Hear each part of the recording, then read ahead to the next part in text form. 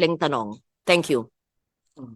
Okay, before you answer, Senator Robin Padilla has something to say. Opo, maraming salamat po, Ginoong Pangulo. Ganun, gusto ko lamang pong sundan yung tanong ng ating mahal na Senadora, Lauren Legarda. Kanina po kasi nabanggit ng ating Marina na meron daw pong third party na sila daw po yung nagka-classify at nagsicertify. Gusto pong malaman kung sino lang ito bilang sunod lang po doon sa tanong ni Senator Legarda. Sino po yung nagsasabi ng isang barko kahit na matanda na, kahit na po sinabi ng international standard po talaga yung 30 years na talagang dapat pinagre-retire na.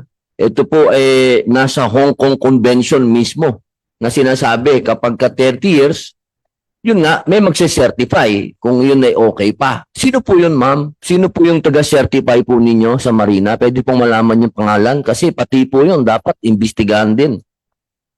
Marina, please answer the If I question. may.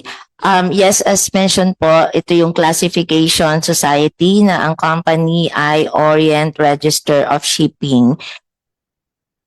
So sila po yung nagkakandak ng classification of ships and in particular this ship. Okay, sa susunod, Comsec, invite natin yung nagka-classify.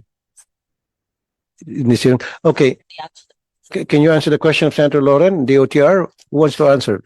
Marina or PCG? Siguro DOTR na muna. Yes, Your Honor, Mr. Chair.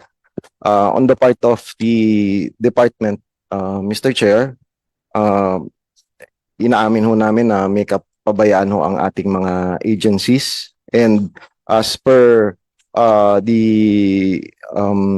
statement made yesterday by the Secretary, a department order will be issued po to correct as corrective measures po dun sa ating mga kapabayaan, like there will be a risk-based categorization po of ships. So katulad po ng nabanggit nyo kanina, Mr. Chair, ang inspection po ay gagawin na depending on high, medium, or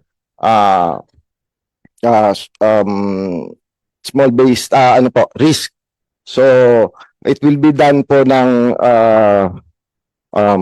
in 3 months pagka ho yung high risk, and medium risk po will be done in 6 months. Hindi na po yung sinasabi kanina na annually or more than a year pa po before the inspection, Mr. Chair.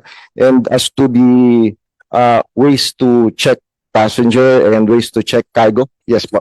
Passengers, please explain the risk on the seaworthiness of the vessel. Is that an assessment of the vessel?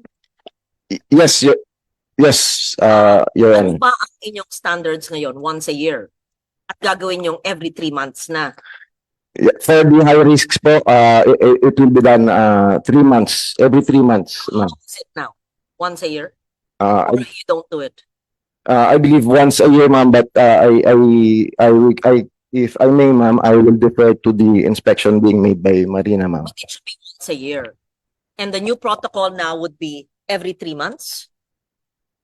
Every 3 months, ma'am, for the high risk vessels. And How would you determine a high-risk vessel? Definition of terms. Anong ibig sabihin po ng high risk? Pag high risk, bakit papayagan at all? High risk na nga I-risk mo yung buhay ng mga tao. Porke lang mahirap. Pag high risk, ba't yung gagamitin? Sasakay ba kayo sa high risk? Doesn't make sense. Paki-define po ano yung high risk at i-check nyo